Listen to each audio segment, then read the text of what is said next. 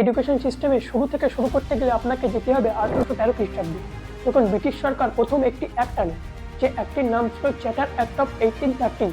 এই অ্যাক্টে ব্রিটিশ সরকার প্রথম বলে যে তারা ভারতীয় এডুকেশনের পিছনে 1 লক্ষ টাকা ব্যয় করবে।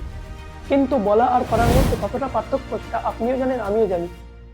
তারা বলে যে তারা 1 লক্ষ টাকা ব্যয় করবে, কিন্তু কিভাবে করবে, কার দ্বারা করবে, কোন ইউনিভার্সিটিতে করবে, এই সম্পর্কিত কোনো ইঙ্গিত তাদের পক্ষ থেকে তখন দেখা যায়নি, আর এটি তখন বাস্তবায়িতও হয়নি। তারপর 2 ফেব্রুয়ারি 1835 খ্রিস্টাব্দে পাবলিক ইনস্ট্রাকশন কমিউনিটি এর প্রেসিডেন্ট লর্ড ম্যাকলয় একটি রিপোর্ট সাবমিট করেন তখনকার দিনে পাবলিক কমিশনে। তারপর সেই রিপোর্টটি 1835 খ্রিস্টাব্দের 7 মার্চ একটি রেজলিউশন দ্বারা পাস হয়, এবং তারপর থেকে ইংলিশ এডুকেশন ভারতে এস্টাবলিশ হয়। আপনি হয়তো মনে করবেন ইংরেজদের মূলত লক্ষ্য ছিল ভারতীয়দেরকে শিক্ষিত করা, এই জন্যই তারা এডুকেশন সিস্টেমকে এস্টাবলিশ করেছিল।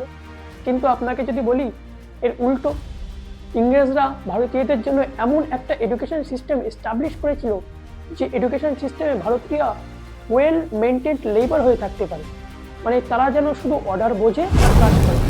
তাদের শিক্ষা ব্যবস্থার মধ্যে কোনো ক্রিটিক্যাল থিঙ্কিং, ক্রিয়েটিভিটি, কোশ্চেন্স এইসবের কোনো জায়গা ছিল না। তারা এমনভাবে এই শিক্ষা ব্যবস্থাকে প্ল্যান করিয়েছিল যে তারা জানতো যে ভারতীয়দেরকে শুধু অর্ডার বোঝাতে হবে আর ভারতীয়রা যেন তাতে কাজ করে, আর কিছু তাদের কাছ থেকে ইংরেজরা চাই। সবচেয়ে আশ্চর্যকর বিষয় জানেন তো কি? সবচেয়ে আশ্চর্যকর বিষয় হলো যে আজ স্বাধীনতার 75 বছর পরেও আমাদের শিক্ষা ব্যবস্থার মধ্যে এই ইংরেজদের শিক্ষা ব্যবস্থার ছাপ এখনো চোখে পড়ে। যেখানে চায়না, জাপান, ফ্রেঞ্চ এদের মতন দেশগুলো ইংরেজি ভাষাকে বেশি গুরুত্ব দেয় না, তারা তাদের ন্যাশনাল ল্যাঙ্গুয়েজকেই বেশি গুরুত্ব দেয়, কিন্তু আমাদের দেশ এখনো ইংরেজি ভাষাকে একটা ক্লাস হিসেবে